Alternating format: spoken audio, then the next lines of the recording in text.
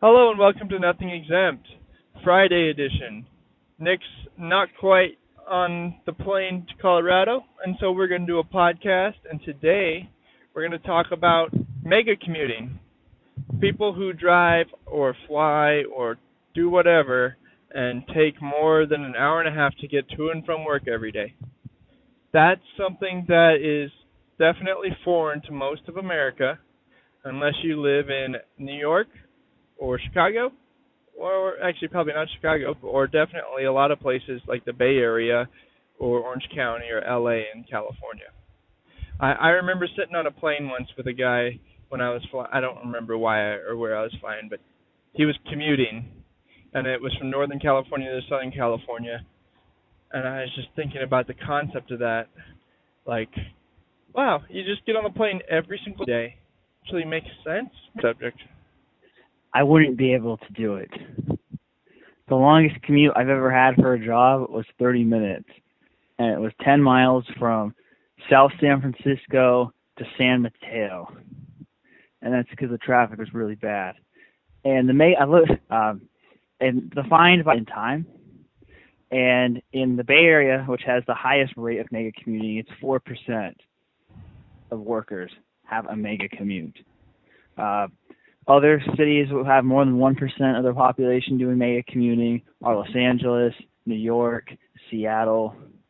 And you go on such a long commute, you're literally wasting, New York actually, for how urban it is and how much more people go on public transportation, actually has the longest average commute in America at 45 minutes. Well, communities outside of the city, across the river, there's a lot of situations where it could be a long commute, and not necessarily 90 minutes. But you know why you would do it, Nick? Is like there's some situations in life where it's like the only choice that looks like you have. Value goes down, either the whole area does, or just for one, and cash starts to get low, and then you find jobs, but now you have a house that's underwater, and you have people who just feel like they're making a sacrifice for some reason, like my wife wants to live here and I want to work there, and I'm just going to deal with it by driving a route. I can make 120, 140, 160, but that doesn't get me an apartment, so otherwise I can't live anywhere closer. So those are over the years is people want the lifestyle of a bigger house but can't afford it where their job is. And I mean, I'd rather just live in a smaller place. And if you can't afford to have a family on your pay, and move out of that metro area and get a different job, or, you know what, you shouldn't have children. I agree. But didn't you just say to me on the last podcast that people aren't rational actors? Yeah, they aren't. That's why mega commuting exists. People do things all the time that make you think, why? They wear stuff out of the house where you just can't understand the thought process that got that on that person. Or they buy a car they can't afford, or they buy an iPhone when they live at home. Like, there's lots of things like that. Sometimes people just make irrational decisions. Yeah, I mean, what is the longest commute you've ever been on? My previous commute was 15 minutes, and my new commute is 25. So 25 is my new record. And those are the only commutes I've had. Actually, when I was in construction in the summer of before my freshman year of college, I did drive all over, and I did have a week that my job was in Temecula, which was 50-something miles away, and that was only for 1 week, and then I had plenty of other jobs that were in LA and different parts of Orange County. So if you're in construction, your commute could be 5 minutes or an hour and a half, and it changes every couple weeks. That you're in there for electrical. As soon as the electrical's done, you're on to a different job, and that could be anywhere, wherever you're comfortable going. And if you're not comfortable going that far, you don't bid on it. You don't drive there. So most people have a radius, and like the shop I worked for there was a 50-mile radius from the shop was what they bid on. So if you live on 20 miles on one side and they win a job 50 miles the other side, it's a 70-mile commute. Yeah, I mean, I went to go to a comedy club with some friends of mine earlier this week, and I had the pickup point for the carpool was only about 15 miles north of me, and I get on the freeway at 4 o'clock, and it takes me an hour to get 15 miles in Orange County. And Nick, that's why I moved. I don't have a normal job, and I'm glad for that reason. That must be like a miserable existence. My commute was 15 minutes because I chose a place within 3 miles of work. The radius of my old job, where I could find a house within an hour's drive, was a 10-mile radius at 8 a.m. and 5 p.m., which is ridiculous. That means the selection you can choose from is tiny. And the fact that they don't allow you to build anywhere for any reason, and there's a lawsuit and environmental reports anytime you try to add an apartment building or new house or anything. There's a huge fight. It means that it's too expensive for anybody to actually buy it if they can build it. Yeah, so I mean, this wasn't even 5 o'clock. It was 4 o'clock. From 4 to 5, I was stuck on the 405 freeway. Nick, the 405 starts going 4 or 5 at about 3:30 and stays at about 4 or 5 miles per hour until about 6:30 or 7. So that's just what happens. And it's because going north, they lose a lane. In your specific situation, they lose a lane every single exit for like 3 exits. And so it goes from 9 lanes to 6 lanes. And so it converges. It's like a converging nozzle. Everybody can't handle the slowing down and merging, and it comes to a stop every day, 7 days a week, Sunday afternoon too. Don't plan on going to LA on a Sunday afternoon without dealing with that traffic, because you will.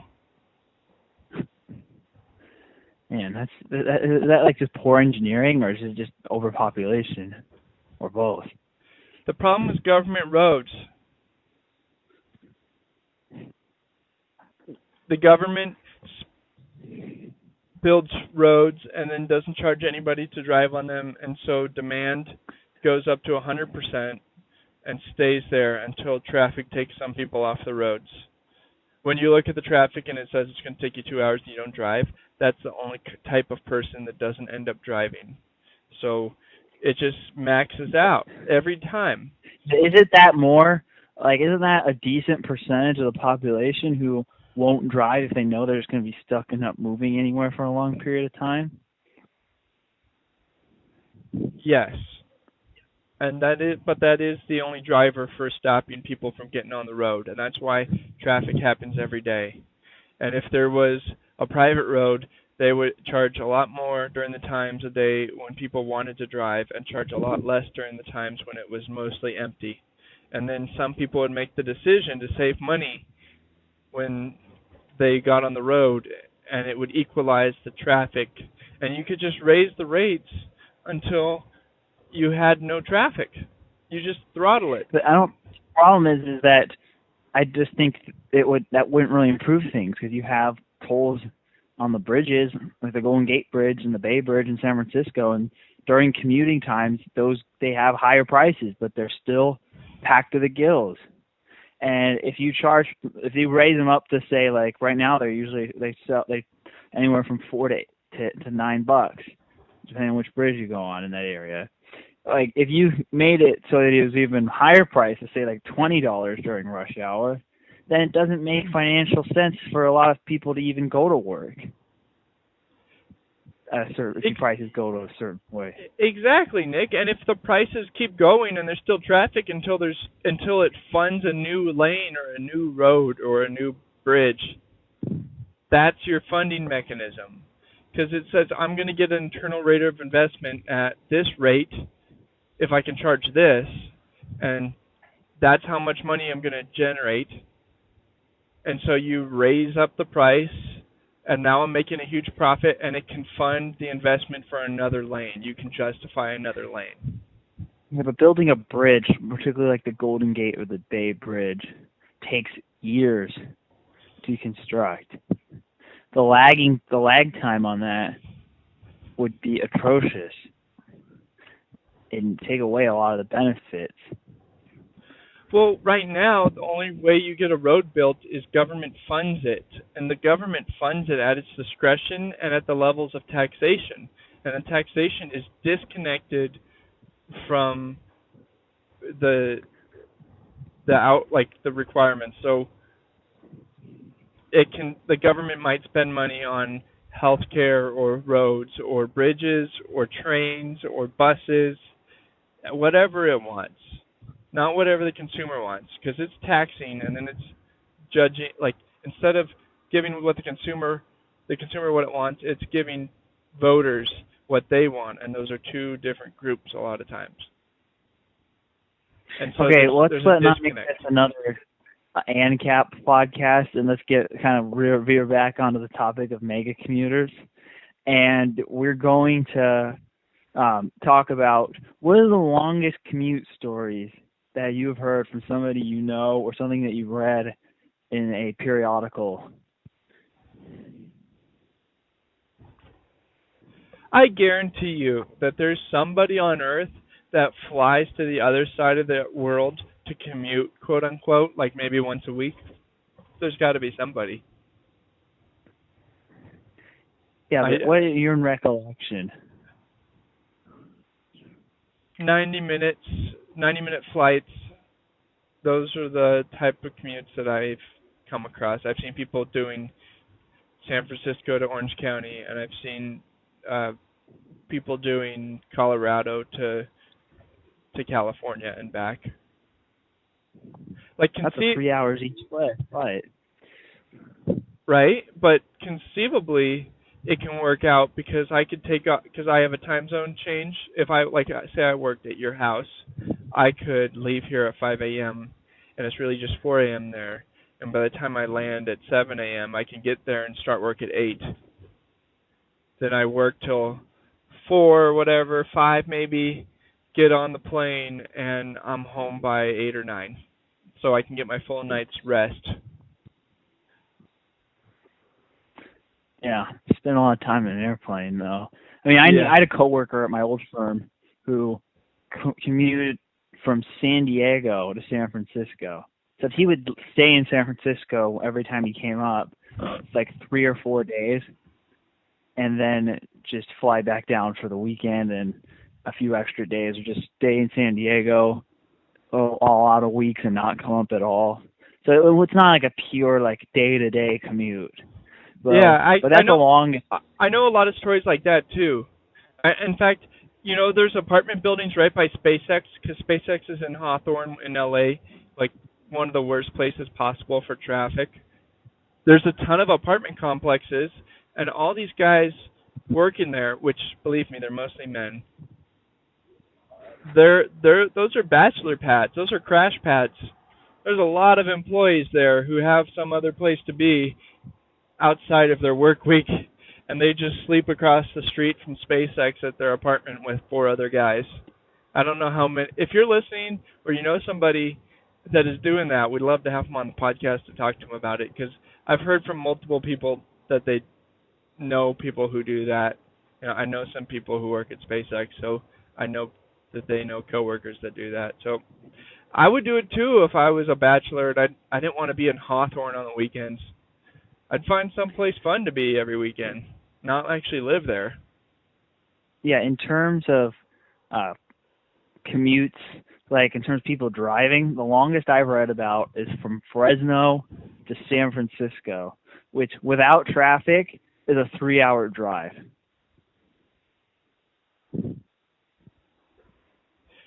Right, 6 hours in a car. That's rough. Yeah, and I've also heard stories about people in the Lehigh Valley of Pennsylvania, which without traffic is about a 2-hour drive plus time on a train and a bus. So it ends up being like an average, if you count traffic, train, and bus, like 3.5 hours each way. And the reason they do that because they want the big house with a bunch of space around them, which you can't get any closer.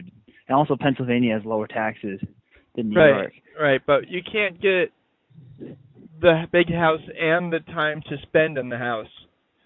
You can only have one. Yeah. Yeah, the housing market is very efficient when it comes to commutes, Brian. and I've studied this. Like, you're not going to get a good deal relative to distance away from where the jobs are in any really major metro area. You might be able to get good deals within the metro area with within the same distance because of external factors, or moving to a different metro area in the country that's inherently cheaper for some reason. But basically the difference in the housing cost, especially in the Bay Area, is almost equated by the increase in transportation costs and the lost time. Like, I considered moving to like the East Bay when I lived in the Bay Area, like Orinda or some nicer part of Oakland. And I did the math on how much I would spend going on the BART train each day, and also the cost of having to have a car because things are more spread out there. And it ended up being more than me living in a much more expensive apartment in San Francisco where I can walk to my job. So there's no free lunch. No, free lunches are given away during depressions when nobody can afford to buy anything. But even that's paid for by taxpayers. Yeah, that's true. So anyways, if you're a listener and you have a long commute, we want to hear about it. In fact, if you got a crazy one, we want to have you on the show so you can tell us about it. And it doesn't have if to be if you can break the record of either Fresno to San Francisco or Lehigh Valley to New York, we want to hear about it. Yeah, or if you like live on a boat or do something crazy, that's pretty cool too. You can reach out to us on Twitter and we'll talk to you, or you can go to Reddit at Nothing Exempt and find us on our subreddit, or whatever. Or you can email us. You can email Nick at Nothing Exempt or Brian at nothingexempt.com. And we'd also like to get this before we end, mention our sponsor for this episode, the Cause and Effect Report. If you're somebody who commutes by train in New York, it's gives you something to read to keep up on what's going on in the macro economy and financial markets. Okay, and the next show that you're going to hear from us, Nick will be in Colorado. Stay tuned.